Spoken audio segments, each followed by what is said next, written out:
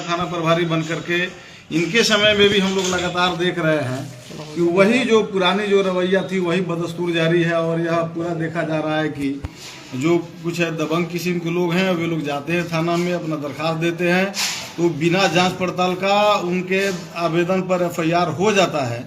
और वही गरीब लोग यदि मार खा कर भी जाते हैं, उनके सर से खून अगर टपक रहा होता है, वैसी स्थिति में भी उनके आवेदन को रोक लिया जाता है। जांच के नाम पर कि जांच होगा, उसके बाद किसी तरह का कोई कार्रवाई होगा। ये प्रायः आजकल थाना में देखा जा रहा है। इसका मतलब है कि दबंगों के प्रभाव में, कहेगा कि सामंती ताकतों के प्रभाव में या सत्ताधारी दल के प्रभाव में थाना हमेशा उनके दबाव में, उनके प्रभाव में काम कर रहा है। और थाना में गरीबों की बात नहीं सुनी जा रही है।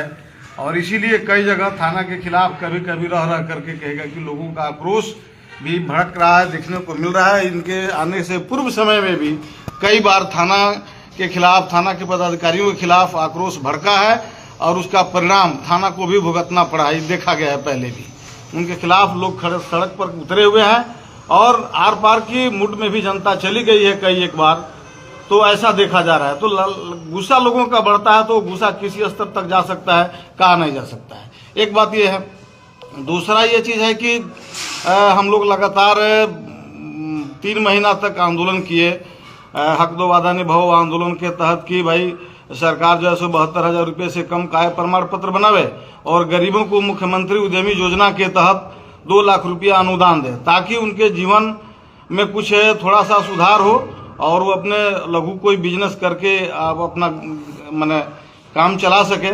तो इसमें भी देखा जा रहा है कि सरकार ने जो सर्वे कराया, सर्वे के अनुसार ही लोगों को पैसा दे देना चाहिए, लेकिन बाद में एक अड़ंगा लगा दिया गया उसमें 72,000 से नीचे का आय प्रमाण पत्र बनाने का।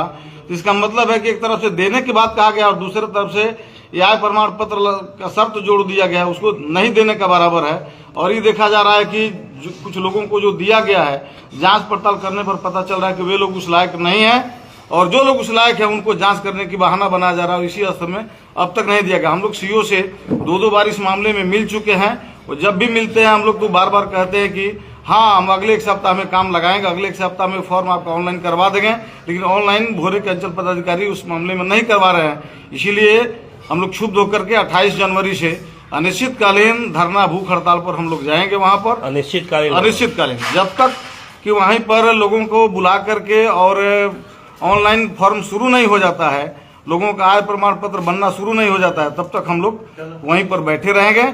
और जो फर्जी मुकदमा हुआ है उसके खिलाफ भी हम लोग अपना मांग पत्र उसी समय लिख करके CO को देंगे, BDO को देंगे।